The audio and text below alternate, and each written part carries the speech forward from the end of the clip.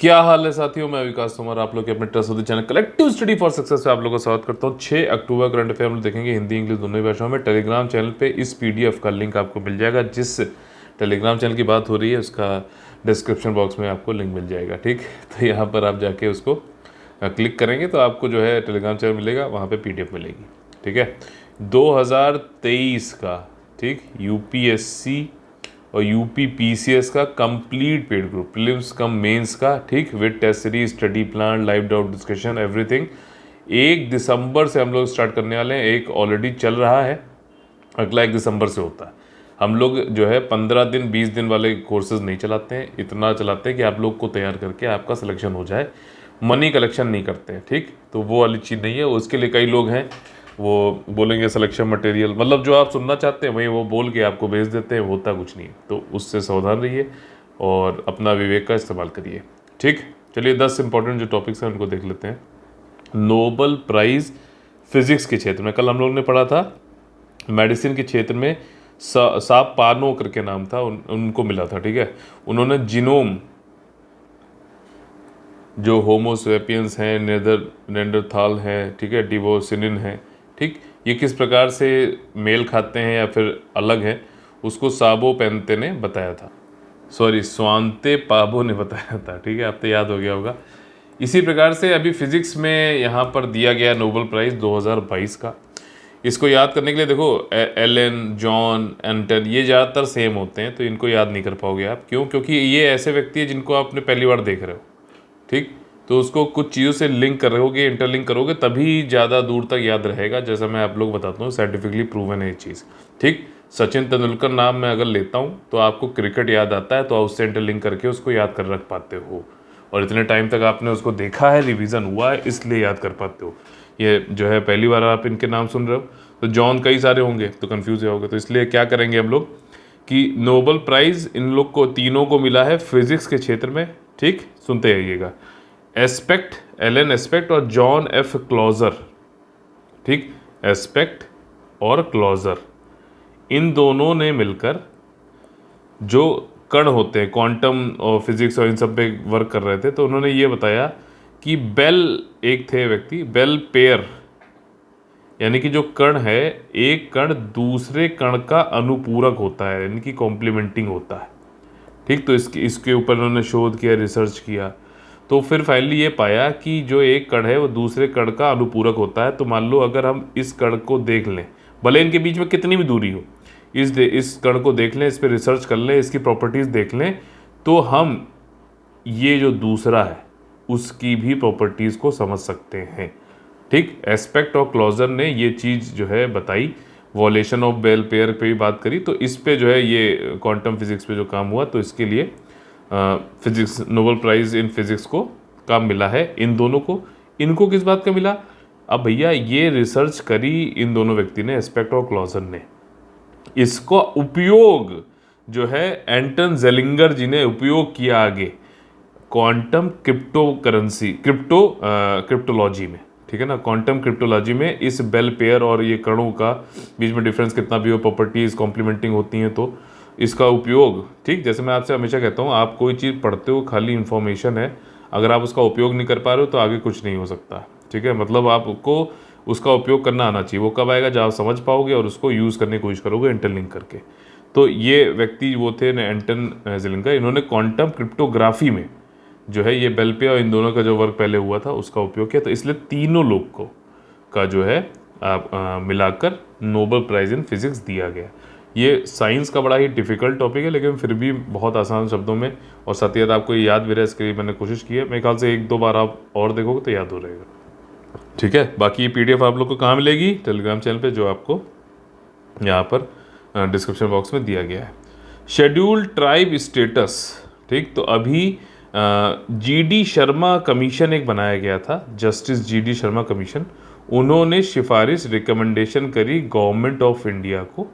उन्होंने कहा कि पहाड़ी, गुज्जर, बकेरवाल, ठीक है, इनको जो है रिजर्वेशन मिलना चाहिए ST के अंतर्गत, शेड्यूल ट्राइब के अंतर्गत। तो यहाँ पर अमित शाह जी, होम मिनिस्टर जो है, उन्होंने ये बोला कि जो भी प्रशासनिक कार्यवाही है उन सबको पूरा करने के बाद गुज्जर, पहाड़ी और बकरवाल जम्मू एंड कश्मीर की हैं ये, इनको रिजर्वेशन आरक्षण का बेनिफिट मिलेगा। साथ ही साथ उन्होंने ये भी कहा कि पहाड़ी कम्युनिटी को हम जम्मू एंड कश्मीर में के स्टेट में शेड्यूल्ड ट्राइब का स्टेटस देते हैं। मेरा पूरा सेंटेंस को ध्यान से सुनिएगा। पहाड़ी कम्युनिटी को जम्मू एंड कश्मीर स्टेट में शेड्यूल्ड ट्राइब का स्टेटस देते हैं। इससे आपको क्या समझ में आ रहा है कि देखिए, कोई एक शेड्यूल्ड ट्राइब जो है वो स्पेसिफिक निर्दिष्ट विशिष्ट होती है किसी एक स्टेट में या फिर यूनियन टेरिटरी में।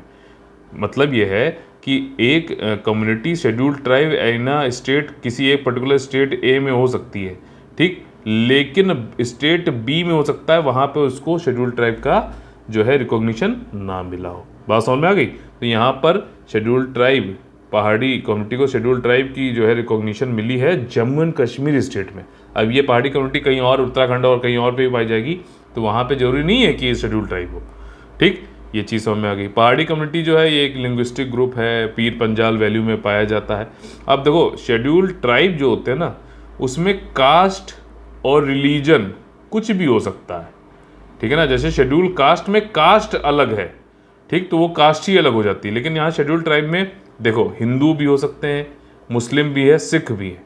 पीर पंजाल वैली में रहने वाली जो पहाड़ी कम्युनिटी है उनको मिला के पहाड़ी कम्युनिटी है, उनको जो है शेड्यूल ट्राइब का तमगा रिकॉग्निशन दिया गया है। बात समझ में आ गई? जम्मू एंड कश्मीर में इनकी 10 से 11% है। अलग अलग धर्मों के हैं, देखो, हिंदू, मुस्लिम, सिख, ठीक, और शेड्यूल ट्राइब दिया गया पहाड़ी कम्युनिटी को। लेकिन schedule caste is a different thing. इनकी मदर टंग जो है पहाड़ी होती है, पोटवारी लैंग्वेज से ये बनी हुई है, उसी की बोलियों से। और ये ग्रामीण क्षेत्रों में रहते हैं, ज़्यादातर कृषक हैं और कैटल एक्टिविटीज़, ठीक है ना, मतलब ग्वाले हैं, पशु को मतलब ले जाना इधर उधर, पास्चर जो है भेड़ बकरियां चराना, वो सारे काम करते हैं, ठीक। अब देखो, बहुत बहुत ज़्यादा इंपॉर्टेंट है ये वाले, मतलब ऐसी चीज़ है जो आपको कई बार आप एसटी पढ़ते तो हो लेकिन समझ नहीं पाते, तो यहाँ से पढ़ोगे तो बेस बनेगा, इसलिए मैं टाइम लेके बता रहा हूँ।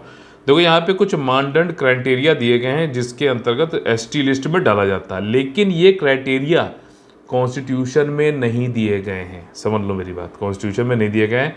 तो अगर क्वेश्चन बनता है कॉन्स्टिट्यूशन में ये दिए गए क्राइटेरिया, नहीं, ठीक, अलग से हैं जो जिसको हम लोग फॉलो करते हैं। शेड्यूल ट्राइब को, किसी कम्युनिटी को शेड्यूल ट्राइब का रिकॉग्निशन मिले या ना मिले, उसके लिए क्या क्या है भैया, ठीक। तभी मैं कह रहा हूँ, चाहे कोई भी धर्म हो, कास्ट हो, शेड्यूल ट्राइब में आ सकता है अगर वो ये सब क्राइटेरिया पूरा करता है। क्या है कि भैया, आदिम लक्षणों के संकेत, बहुत ही प्रिमिटिव ट्रेट, पत्ते बांध के रह रहे हैं, कपड़े वपड़े नहीं पहन रहे हैं, ठीक है, इस टाइप के। डिस्टिंक्ट कल्चर, बहुत ही अलग सांस्कृतिक, ठीक है। और ज्योग्राफिकल आइसोलेशन, अलग रहना चाहते हैं, ज़्यादा लोग से घुलते मिलते नहीं, अलग एक भूगोलिक जो है अलगाव रहता है। Shyness of contact with the community at large, जैसे कि आपको बताया, बड़े पैमाने पर समुदाय के साथ संपर्क की शर्म, मतलब दूर रहते हैं, शर्म, तुरंत भाग जाएंगे, ठीक है, तो ये चीज़ें हैं। और बैकवर्डनेस, पिछड़ापन मतलब हम उसको कह रहे हैं, वो उनको तो ना पता है कि पिछड़ेपन है, उनको तो मतलब हमें लगता है कि नहीं यार, सिविक, अभी जो सिविल राइट्स हैं या फिर जो एक रहना खाना पीना एक हाइजीनिक, उसमें नहीं रहते हैं वो, तो हम ऐसा ये क्राइटेरिया अगर पूरे करते हैं पास, तो उनको शेड्यूल कास्ट में, सॉरी, शेड्यूल ट्राइब में लिस्ट में डाला जाता है। संविधान में क्या कहता है? संविधान में कहता है, इनसे संबंधित है 342 आर्टिकल। ये कहता है, पहला सब क्लॉज, ठीक, इसमें ये बताया गया है कि क्या प्रोसीजर होना चाहिए, ठीक, in the specification of schedule tribe. तो ये क्या प्रक्रिया फॉलो करी जाएगी उसके लिए है। तो सब क्लास 1 ये कहता है कि प्रेसिडेंट अधिसूचना या फिर नोटिफाई करेंगे कि कौन सी कम्युनिटी को शेड्यूल ट्राइब में जोड़ा जाए, ठीक, किसी एक पर्टिकुलर स्टेट में या फिर यूनियन टेरिटरी में। अगर स्टेट में जोड़ रहे हैं प्रेसिडेंट महोदया, तो वहाँ के गवर्नर यानी कि राज्यपाल से वो सलाह मशवरा यानी कि परामर्श, कंसल्टेशन करेंगे, ठीक, और उसके बाद जो है उनको उस स्टेट में उस समुदाय को शेड्यूल ट्राइब का रिकॉग्निशन दिया जाएगा। पूरी बात समझ में आ गई, ठीक। तो ये चीज़ें यहाँ पे बताई गई। सब क्लॉज 2 342 के अंतर्गत क्या कहता है कि पार्लियामेंट के पास ये ताकत है कि वो एक लॉ बनाकर शेड्यूल ट्राइब की जो लिस्ट है उसमें समुदाय को जोड़ भी सकती है। यहाँ पे अधिसूचना दी गई है, लेकिन उस अधिसूचना को किसी कानून की बैकिंग भी तो हो। तो इसी आर्टिकल में सब क्लॉज 2 में कहा गया है कि पार्लियामेंट एक लॉ बनाएगा जिसमें कहेगा कि भैया फला फला कम्युनिटी को शेड्यूल ट्राइब का जो है रिकॉग्निशन दिया जा रहा है फला फला स्टेट में। ठीक। और ये भी कह सकता है कि भैया किनको फला फला को निकाला जा रहा है इस शेड्यूल्ड ट्राइब की लिस्ट से, पर्टिकुलर स्टेट से। एक्सक्लूड या इंक्लूड दोनों कर सकता है, पार्लियामेंट लॉ लाकर 342 आर्टिकल के अंतर्गत बताया गया। ठीक। और जो मैंने पहले बताया, शेड्यूल्ड ट्राइब जो है किसी पर्टिकुलर टू स्टेट या फिर यूनियन टेरिटरी होता है। ठीक। अनलॉफुल एक्टिविटीज प्रिवेंशन एक्ट, ठीक है, तो union ministry of home affairs आंतरिक सुरक्षा के मामलों को देखता है। तो इन्होंने यहाँ पे 10 मेंबर, कई सारे जो आउटफिट्स हैं, ऑर्गेनाइजेशन हैं, संगठन हैं, उनके मेंबर्स को यहाँ पर टेररिस्ट घोषित कर दिया है। ठीक। तो देखिए यहाँ पे बात कर लेते हैं अनलॉफुल एक्टिविटीज़ प्रिवेंशन एक्ट। ज़्यादातर लोगों को ये पता है कि ये टेररिज्म से ही संबंधित है, लेकिन ऐसा नहीं है। टेररिज्म ज़्यादा हाईलाइट में रहता है, इसलिए आपको लग रहा है कि शायद खाली टेररिज्म से संबंधित है। और भी कई सारे ऐसे क्राइटेरिया हैं जिसके उल्लंघन होने पर यूएपीए के अंतर्गत किसी को जो है सजा दी जा सकती है। ठीक। अभी फिलहाल क्या हुआ, हिजबुल मुजाहिदीन, लश्कर ए तैयबा, ये सब टेररिस्ट ऑर्गेनाइजेशन घोषित हैं पहले से। इनके जो मेंबर्स हैं, 2019 में एक संशोधन लाया गया था यूएपीए में, जिसमें ये कहा गया था कि पहले सिर्फ संगठन ऑर्गेनाइजेशन को ही हम कर सकते थे, टेररिस्ट ऑर्गेनाइजेशन घोषित कर सकते थे, लेकिन अब हम इंडिविजुअल्स को भी कर सकते हैं। तो यहाँ पे इंडिविजुअल्स को किया गया है, और लश्कर तैयबा इन सब से। ठीक है। यूनियन मिनिस्ट्री ने इसके संबंधित जो है बताया है। और ये 1967 में ये लॉ आया था, और ये लॉ ये कहता है भाई साहब कि अगर आप कोई ऑर्गेनाइजेशन अनलॉफुल एसोसिएशन है, अगर वो सर्टेन टाइप ऑफ एक्टिविटीज़ करता है, तो सर्टेन टाइप ऑफ एक्टिविटी करता है तो ठीक, उसमें वन ऑफ द टाइप जो है वो टेररिज्म से संबंधित है। और भी कुछ टाइप्स हैं, अगर वो करता है तो अनलॉफुल एसोसिएशन या फिर जो है उसको वो लोग करार दिया जाएगा। तो यहाँ पे देखिए गवर्नमेंट एक अधिसूचना निकालती है कि ये जो ऑर्गेनाइजेशन है ये टेररिस्ट ऑर्गेनाइजेशन है, क्योंकि ये कुछ सर्टेन टाइप ऑफ एक्टिविटीज़ कर रहा है, कुछ प्रकार की गतिविधियाँ, और ये माना जाता है कि ये संगठन टेररिस्ट एक्टिविटीज़ में इन्वॉल्व है। ठीक। अनलॉफुल एक्टिविटी की जो मैंने बात करी, सर्टेन टाइप ऑफ एक्टिविटी या फिर अनलॉफुल एक्टिविटी, गैर कानूनी गतिविधि, ये सिर्फ टेरर एक्टिविटी से संबंधित नहीं है सिर्फ, मतलब ये भी है और भी है। ठीक। जैसे कि हमारे देश की जो है संप्रभुता, सॉवरेनिटी को कोई डिस्टर्ब कर रहा है, हमारे देश की टेरिटोरियल इंटीग्रिटी यानी कि क्षेत्रीय अखंडता को कोई बिगाड़ रहा है, या फिर हमारे देश की आर्थिक स्थिरता को बिगाड़ रहा है, इकोनॉमिक स्टेबिलिटी, या फिर हमारे देश में जो कम्युनिटीज़ हैं उनके बीच में कोई हेटरेड, कोई दुश्मनी पैदा करना चाह रहा है, धर्म के बेस पे, रेस के बेस, नस्ल के बेस पे, भाषा के बेस पर, और रीजनल ग्रुप और कास्ट और कम्युनिटीज़ के बेस पर ये सारी चीज़ें कर रहा, तब भी यूएपीए लगाया जा सकता है। ठीक है। 2004 में इसका प्रिएम्बल यूएपीए का जो था उसको संशोधित किया गया था। ठीक। और टेररिस्ट एक्टिविटी उसके अंदर लाई गई थी, पहले नहीं था। टेररिस्ट एक्टिविटी 2004 में लाया गया, और फिर उसके बाद जो है 34 आउटफिट जैसे कि लश्कर तैयबा, जैश ए मोहम्मद, ये सब बैन किए गए थे। 2019 में संगठन के अलावा जो व्यक्ति हैं उनको भी एज टेररिस्ट घोषित करने का संशोधन करके प्रावधान लाया गया था। ठीक। अगला टॉपिक है आर्ट एंड कल्चर संबंधित गरबा डांस। गरबा डांस आपको पता है गुजरात में होता है। ठीक। लेकिन सिर्फ ये नवरात्रि के टाइम पे ही नहीं होता है, थोड़ी चीज़ें इसके बारे में जानेंगे। ठीक है। तो यहाँ पर एक पहली बात तो ये कि मोदी जी ने कहा कि नेशनल गेम्स चल रहे हैं भाई साहब गुजरात में, और लोग जो है गरबा को और ज़्यादा अपना रहे हैं, पॉपुलर होता जा रहा है गरबा डांस। ठीक। तो अच्छी बात है, अपने कल्चर को प्रमोट करते हैं, हमेशा पूरे देश के कल्चर को करते हैं, गुजरात के कल्चर को भी कर रहे हैं। तो यहाँ पर गरबा डांस जो होता है वो गुजरात में जो है ये मूल रूप से देखा गया है, और ये परफॉर्म किया जाता है अक्टूबर में गॉडेस दुर्गा को ऑनर करने के लिए। ठीक। ये स्टाइल जो है जॉयफुल स्टाइल ऑफ डांस है, समझ रहे हो। कई सारे डांस ऐसे भी हैं जो गुस्से वाले हैं, ठीक, वैसा थोड़ा मिलिट्री टाइप के भी है, ये जॉयफुल वाला है, हंसते हुए जो है अपना खेलते, सर्कुलर उसमें जो है नाचते रहते हैं, और अपना जो है वो डांडिया वांडिया वाला, सॉरी वो क्या करते हैं इसमें, ढोल वोल बजाते हैं, ड्रम आइडियोफोन ये सब करते हैं। ठीक है। और इसमें जो वेशभूषा है वो भी कुछ इस तरीके की होती है। ठीक। म्यूज़िकल अकम्पनीमेंट होता है, सब कुछ है इसमें, बढ़िया बढ़िया साइड टू साइड चलते हैं, सर्कुलर घूमते हैं, ऐसे ऐसे घूमते रहते हैं। ठीक है। नाचते हुए साइड बाय साइड। अच्छा, इसमें एक चीज़ समझना जरूरी है कि जो गरबा डांस है वो व्यूमन हुड को ऑनर करने के लिए। ठीक। तो जैसे किसी लड़की का जब पहला मासिक धर्म होता है या फिर मेंस्ट्रुअल साइकिल होती है, ठीक, या फिर उसकी शादी इमिनेंट है, मतलब शादी होने वाली है, तो उस खुशी में भी गरबा डांस किया जाता है। और हम लोग ज़्यादातर जानते हैं कि नवरात्रि जो 9 दिन का होता है उस टाइम तो गरबा डांस देखने को मिलता ही मिलता है। ठीक, समझ में आ गया? तो ये चीज़ है। अच्छा, ये ई छावनी पोर्टल है, पहले मैंने पढ़ा तो मैंने कहा ई चवन्नी ये क्या आ गया ये, लेकिन ये ई छावनी, छावनी समझ रहे हो ना, कैंटोनमेंट बोर्ड। तो कैंटोनमेंट बोर्ड में जो रहने वाले लोग हैं या फिर जिनके पास जो हाउस होल्ड हैं, जिनको ज़मीनों के अपने टैक्स वैक्स देने हैं या ज़मीन की जो है ख़रीद फ़रोख्त करनी है, तो वो सब कुछ ऑनलाइन कर दिया है। नाम है online building plan approval system, और इसको जो है ई छावनी के पोर्टल के अंतर्गत डाल दिया गया है। और 5 और कैंटोनमेंट बोर्ड, नेमली आगरा, रानीखेत, बबीना, ठीक, जम्मू कश्मीर, कन्नौज, यहाँ पे भी अब जो है जो लोग इस कैंटोनमेंट बोर्ड में रह रहे हैं वो लोग अपना प्रॉपर्टी टैक्स और ये सब कुछ ऑनलाइन जाके दे सकते हैं ई छावनी पोर्टल के अंतर्गत। That's it, nothing more to be done. ठीक, इसमें क्या है भैया, रिन्यूअल ऑफ लीज को करना है, ऑनलाइन रजिस्ट्रेशन, डेथ, बर्थ और डेथ का कराना है, ठीक, ऑनलाइन एप्लीकेशन, वाटर और सीवरेज कनेक्शन का देना है, सब कुछ इसी के अंतर्गत करो ई छावनी के अंतर्गत। ये नागरिक केंद्रित जो है परियोजना है, directorate general of defence state के अंतर्गत आता है, मिनिस्ट्री ऑफ डिफेंस के अंतर्गत। 20 लाख से ज़्यादा रेसिडेंट हैं इंडिया में। कितने कंटोनमेंट हैं? 62। ठीक है, और पोर्टल जो है आपका सिविक सर्विसेज यही सारी कुछ देता है, आराम से टैक्स पेइंग और प्रॉपर्टी टैक्स ये सब कुछ ई छावनी पोर्टल पे जाके आप डाल सकते हैं। ठीक, 62 पोर्टल हैं, सॉरी 62 कैंटोनमेंट बोर्ड हैं भारत में। ये ऐसा टॉपिक है जिसको मैं लगातार बोल रहा हूँ कि क्वेश्चन आएगा तो आएगा। ठीक है, तो बिल्कुल इसको ध्यान से समझिएगा। भारत ने काफ़ी मशक्क़त के बाद में मिलट यानी कि बाजरा, बाजरा से उसका एक वो है, 3 टाइप के मिलेट्स होते हैं आपका, बाजरा, ठीक, ज्वार और रागी, ठीक, 3 टाइप के होते हैं ये।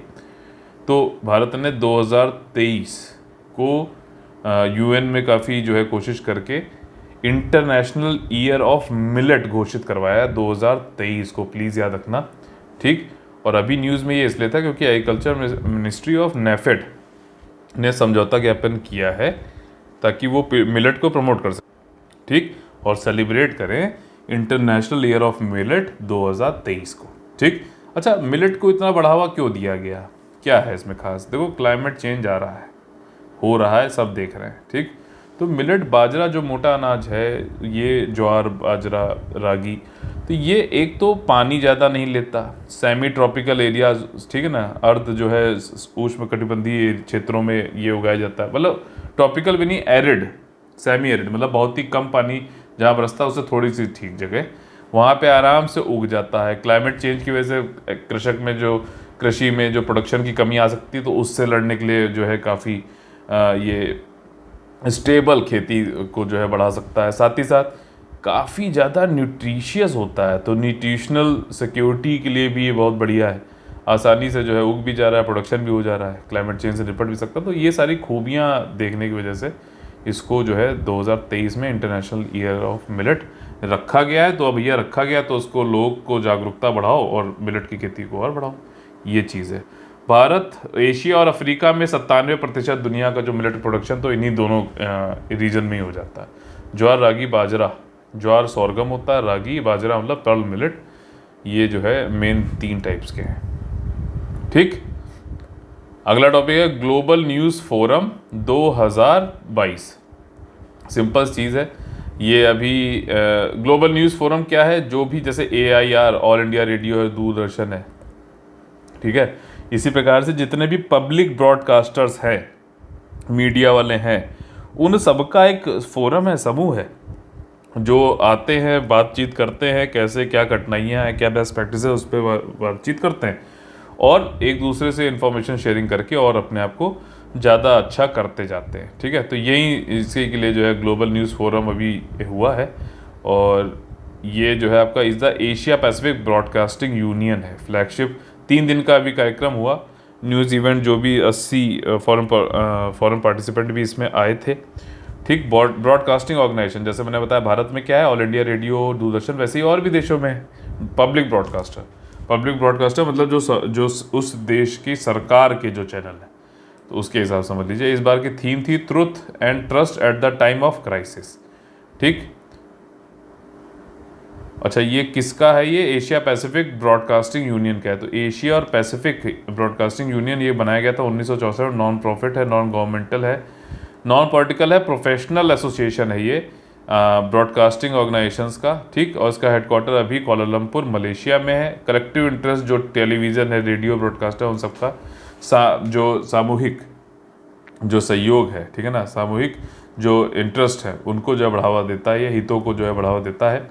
और कोऑपरेशन रखता है। 253 मेंबर हैं, 67 कंट्री हैं पैसिफिक रीजन में, एशिया में south east, north, south central, ये सब हैं, मिडिल ईस्ट, यूरोप, ये सारे भी है, नॉर्थ अमेरिका के करीबन 2 बिलियन पीपल को ये लोग, इनकी ऑडियंस है। ठीक, भारत में देखा जाए तो ऑल इंडिया रेडियो तो इसका फाउंडिंग मेंबर 1964 से, दूरदर्शन ने 1976 में इसको ज्वाइन किया था। ठीक, इंडिया यूक्रेन रिलेशन, देखिए जेलेंस्की जी ने जो है बात करी हमारे मोदी जी से, और मोदी जी ने कहा कि देखिए कोई भी पीस एफर्ट होता है तो उसके लिए हम आपकी मदद करने के लिए तैयार हैं। हालांकि अभी जब एक वोटिंग हो रही थी तो वहाँ पे रशिया के खिलाफ एक वोटिंग थी। ठीक है, तो वहाँ पे क्या किया इंडिया ने कि कोई वोट डाला ही नहीं।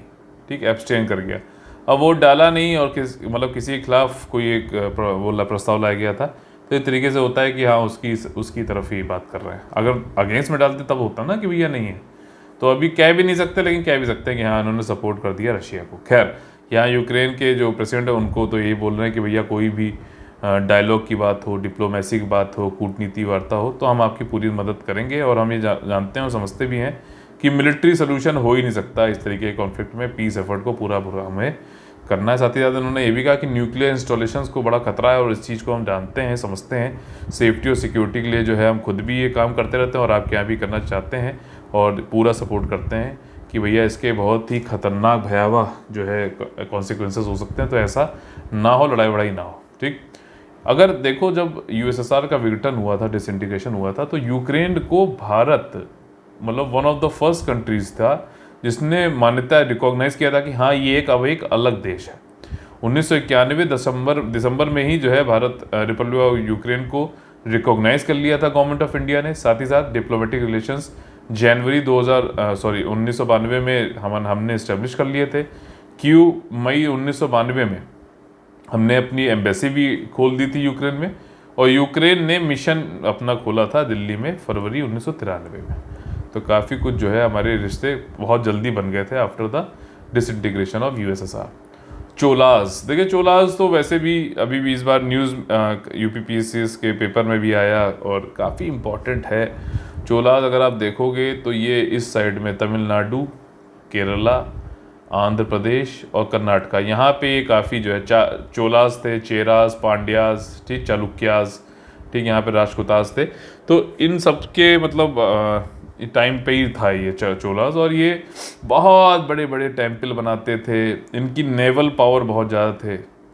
ठीक है ना, ये बे ऑफ बंगाल को इन्होंने जो है गंगा चोलापुरम करके ऐसे कुछ नाम रख दिया था, पूरा लेक बता दिया था कि हमारा ही है। और इनके जो नेवल पावर अच्छी होने की वजह से जो रिश्ते थे मर्चेंट के साथ में भी अच्छे रिश्ते थे। तो सुमात्रा, मलेशिया, ठीक है, आपका इंडोनेशिया, यहाँ तक इनके काफ़ी ज़्यादा लिंकेज थे। इन्होंने हिंदुत्व को नहीं, हिंदुज़म को बहुत ज़्यादा फैलाया भी था, कंबोडिया, लाओस और इन सब जगह जाके। ठीक, तो कई लोग ये भी कहते हैं कि भैया इन्होंने मतलब वहाँ पे थोड़ा एक्सपेंशनिस्ट वाली पॉलिसीज़ भी रखी थी। वैसे हम लोग हमेशा इसको कहते हैं कि हिंदू कभी भी ये विस्तारवादी नीति पे नहीं रहा है। कई कबार कोई कहता है कि हाँ चोला किंगडम ने किया था। खैर, यहाँ पर एक तमिल मूवी आई है पोनियन सेल्वन 1, तो उसकी वजह से जो है काफ़ी ज़्यादा चोलास फिर से न्यूज़ में है। और जैसे मैं बताया इनकी लोकेशन क्या थी, राष्ट्रकूटास ने इनको ख़त्म किया था, मतलब फाइनली हारे थे। और ये 9वीं से 12वीं सेंचुरी तक इनका जो है राइज एंड फॉल रहा। और भी कुछ डायनेस्टीज़ थी। चालुक्या के साथ में तो लड़ाई आए दिन लड़ते ही रहते थे दोनों लोग। आंध्र प्रदेश में थे चालुक्यास, ठीक है, तो ये लड़ते ही रहते थे। राष्ट्रकूटा ने जो है इनको फाइनली ख़त्म किया था, मतलब इनकी डायनेस्टी को। और ये कहा जाता है कि डायनेस्टी जो है किसने फाउंड की थी? विजयलया ने की थी। और ये सामंती थे, ठीक, पल्लवास के। सामंती क्या होता है, यानी कि सामंतवाद, यानी कि फ्यूडलिज्म। कई लोग इसको बहुत ही कठिन लैंग्वेज में बताएंगे या जो भी है, खैर मैं कोशिश करूंगा कि आप आसान समझ में, आप सारी समझ जाए। ठीक, मतलब यहाँ पे आप देखो, किंग कौन, जो उस समय एम्पायर किसका, पल्लवास का। ठीक, उसके सामंती फ्यूडेटरी थे चोलास, विजयलया। ठीक है, ये एक जो है एक फ्यूडेटरी सामंत थे। सामंत का मतलब क्या होता है कि किंग ने अपने जो है कोई सैलरी सिस्टम नहीं है, उनके जो लोग हैं उनको सामंत बना दिया, उनको कुछ ज़मीन दे दी और कहा कि जाओ खेती वेती करो, ये तुम्हारी ज़मीन है, टेंशन मत लो, तुम्हारे बाद में जो भी बेटे या बच्चे जो भी होंगे उनकी हो जाएगी खुद से ही ज़मीन। तुम्हें बस ये है कि जब अनाज आए तो जो सरकार, मतलब जो राजा की ट्रेजरी है, खजाने में आप कुछ अनाज वनाज भेजते रहना और अपना जो है खेती करो, खाओ पियो मौज करो। ठीक, साथ ही साथ बहुत ज़्यादा इंपॉर्टेंट, कभी कोई और राजा जो है या फिर हमारा जो भी क्षेत्र है उस पर कोई जो है वॉर कर देता है तो हमारे साथ खड़े हो जाना लड़ाई लड़ने के लिए भी। इस सिस्टम को फ्यूडलिज्म बोलते थे। ठीक, समझ में आ गया? एक बार फिर से रिवाइंड कर लो, 1 मिनट का, 2 मिनट में पूरी, मतलब आपको आसान भाषा में बिल्कुल चीज़, ये मतलब एक्यूरेट चीज़ मैंने आपको यहाँ पे बता दी। ठीक, अच्छा, ये पल्लवास के जो है फ्यूडेटरी थे, ये किसने बताया? Satish Chandra, history of medieval era.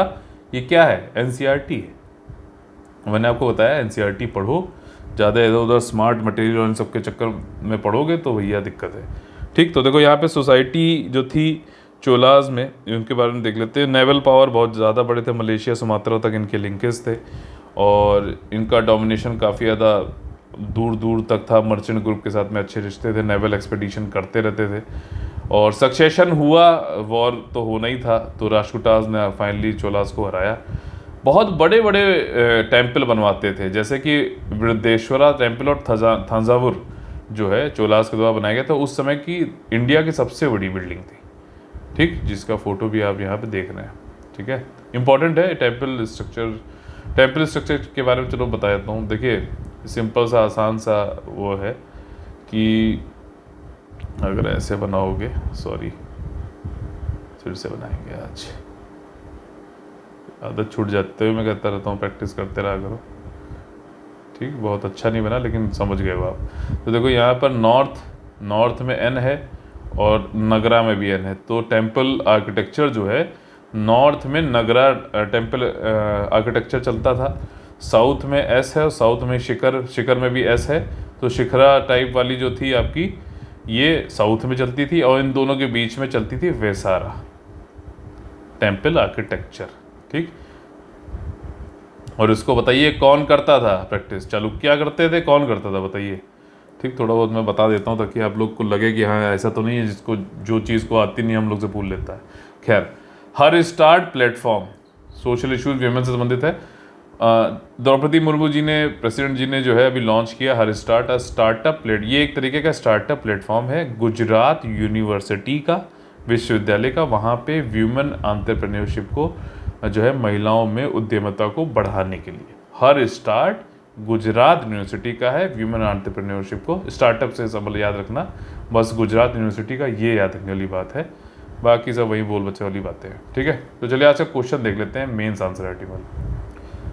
देखिए, 5 अक्टूबर को दशहरे वाले दिन मैंने आप लोग से जो क्वेश्चन पूछा था GS paper 2 polity and governance संबंधित था, 10 मार्क्स का था, 150 शब्दों में लिखना था। सिंपल सा क्वेश्चन था, राइट ए शॉर्ट नोट, ठीक, ऑन प्रधानमंत्री मुद्रा योजना। शॉर्ट नोट जब ऐसे पूछ लिया जाए ना तो आपको कुछ चीज़ें खुद से बनानी पड़ेंगी। व्हाट, ठीक है, उसके इंपॉर्टेंट ऑब्जेक्टिव, फीचर्स, उसकी विशेषताएं, ठीक, और अभी जो भी उसका चल रहा है सक्सेस या फिर इम्पैक्ट आप इसको बता सकते हो। ठीक है, और फिर वे फॉरवर्ड या फिर सजेशन या फिर क्लोजिंग कंक्लूजन जो भी है। तो इस तरीके से आपको जो है खुद से पॉइंट बनाने पड़ते हैं। कई लोग समझते हैं कि नोट में क्या लिखें क्या नहीं, तो इन चीज़ों पे आप स्ट्रक्चर पे काम कर सकते हो। व्हाट, प्रधानमंत्री मुद्रा योजना कब चालू हुई और ये जो है इसमें लोन दिया जाता है, और ऑब्जेक्टिव यही है कि वित्तीय समावेशन होना चाहिए, 3 पिलर पे काम करता है। लोग अनबैंक को बैंक दो, ठीक है, लोगों को फंड्स मिल सकें इसके लिए काम करो, फंड द अनफंडेड, ठीक है ना, ऐसे याद आ रहा नहीं कि ठीक। फिर विशेषताएं क्या है, इसमें लोन जो है 3 कैटेगरी में दिया जाता है। SKT मैंने आपको बताया था। SKT क्या है? शिशु 50,000 रुपये तक का, ठीक। आपका किशोर क्या है? 50,000 से 5 लाख तक का। आपका जो है तरुण क्या है? आपका 5 लाख से 10 लाख तक का लोन मिल सकता है, ठीक। लेकिन नॉन फार्म इनिशिएटिव के लिए कोई काम आप करना चाहते हो मैन्युफैक्चरिंग में, सर्विसेज में, कृषि से संबंधित नहीं होना चाहिए, ठीक है। माइक्रो फाइनेंस जो है वो इसमें आपको ये लोन तुरंत मिल जाता है, अपना काम कर सकते हो। तो ये फीचर्स हो गए। इम्पैक्ट में देखोगे तो बहुत सारे लोगों को जो है इससे, जो पहले होता था कि फंडिंग नहीं मिल पाती, उनको फंडिंग मिल रही है। लोगों के सपने जो है बढ़ रहे हैं, साकार हो रहे हैं, ठीक। जॉब सीकर की जगह जॉब अब लोग क्रिएटर बन रहे हैं, ठीक। जॉब देने की बात कर रहे हैं। ग्रामीण क्षेत्रों में उद्यमता, एंटरप्रेन्योरशिप बढ़ी है, ठीक। और इसी प्रकार से जो है आगे हमें और करते रहना चाहिए। मुद्रा योजना को घर घर तक पहुंचाना चाहिए। इसमें कई सारे जो बैंकों की पहुंच है, या फिर जैसे कल हमने पढ़ा भी था, कई सारे बैंक इसमें करते हैं। लेकिन उसमें मुझे ये पोस्ट ऑफिस बैंक का नहीं दिखा था, शायद नाम नहीं था, लेकिन होना चाहिए। तो उससे और तेज़ी से बढ़ेगा, फाइनेंशियल इंक्लूजन बढ़ेगा। और तो उसके साथ साथ ये है कि एक यहाँ वे फॉरवर्ड में बता सकते हो कि फाइनेंशियल लिटरेसी भी बढ़ाएं, ताकि और तेज़ी से मुद्रा योजना सक्सेस हो पाए। इस तरीके से आप इसको एंड कर सकते थे। चलिए आज का क्वेश्चन देख लेते हैं। आज का क्वेश्चन काफ़ी इजी है। 6 अक्टूबर GS पेपर 2 पॉलिटिकल गवर्नेंस से संबंधित ही है। क्वेश्चन नंबर 78 होगा शायद ये, ठीक है। What is the unlawful activities prevention act, ठीक है। UAPA क्या है, व्हाट पूछा गया, और analyse its impact with examples. ये जो है ना थोड़ी सी आप लोग को परेशान कर सकता है। गैर कानूनी गतिविधियाँ रोकथाम अधिनियम क्या है, उदाहरण सहित इसके प्रभावों का, इम्पैक्ट पॉजिटिव निगेटिव दोनों बताने होंगे। विश्लेषण कीजिए, एग्जाम्पल दीजिए, ठीक। 150 शब्दों में आपको लिखना है। तो चलिए मोटिवेशनल कोड देख लेते हैं आज। देखिए मैंने आप लोग को पहले ही बता दिया, 2023 का UPSC या UPPCS का हमारा कंप्लीट इंटीग्रेटेड पेड ग्रुप चालू होगा 1 दिसंबर से। बार बार बोल रहा हूँ, आपके साथ के आपको जो भी लोग हैं उनको बता दीजिएगा, ठीक। रोज study plan, live doubt discussion, mains answer writing, ठीक। Counselling, guidance, mentorship, test series mains की नहीं है, प्रीलिम्स की पूरी टेस्ट सीरीज है। 100 से ज़्यादा टेस्ट सीरीज, पूरा शेड्यूल मिलेगा, सब कुछ मटेरियल, UPPCS के जो कई सारे टॉपिक्स हैं, डेटा, वो सब कुछ बिल्कुल छांट के with proof reading without mistake मिलेगा, ठीक। छपा छपाया पचा पचाया बेकार जो है पुराना नहीं दिया जाएगा यहाँ पर, ठीक। पूरी A to Z चीज़ें रहेंगी, लेकिन रेलेवेंट रहेंगी। यहाँ पे ग्रंथ नहीं पढ़ाते हम लोग, बताते हैं, ठीक। पूरी दुनिया का छाप के दे दिया, फिर तुम पढ़ो तो तुम्हारी भला से। हम तो ये बताएंगे कि हमारे जो है सारे क्वेश्चन हमारे मटेरियल से आ गया है, ठीक। काफ़ी स्मार्ट है ना, इसलिए खैर तो ये तो भैया 1 दिसंबर चालू होगा अगला, ठीक। और बीच में कोई भी हम 15 दिन वाला कोर्स नहीं खोल रहे हैं। स्मार्ट मटेरियल लेकर, सिलेक्शन मटेरियल लेकर, वो नहीं करते हैं हम लोग। फिलहाल के लिए आप लोग ज्वाइन करना चाहते हैं तो GS मेंस आंसर राइटिंग, यहाँ पे इवैल्यूएशन मैं खुद करता हूँ। Complete current affair, doubt discussion, और सिर्फ डाउट डिस्कशन का भी पेड ग्रुप आप ज्वाइन कर सकते हैं। ये पेमेंट लिंक है, और कोई भी डाउट है 9650347272 पे आप हमसे कांटेक्ट कर सकते हैं, ठीक। चलिए आज का मोटिवेशनल कोड जो है उसको देख लेते हैं। आज रास्ता बना लिया है तो कल मंजिल भी मिल जाएगी। हौसलों से भरी यह कोशिश एक दिन ज़रूर रंग लाएगी। समझ में आया तो इम्प्लीमेंट करिए। जय हिंद, जय Bharat, all the very best है। वंदे मातरम।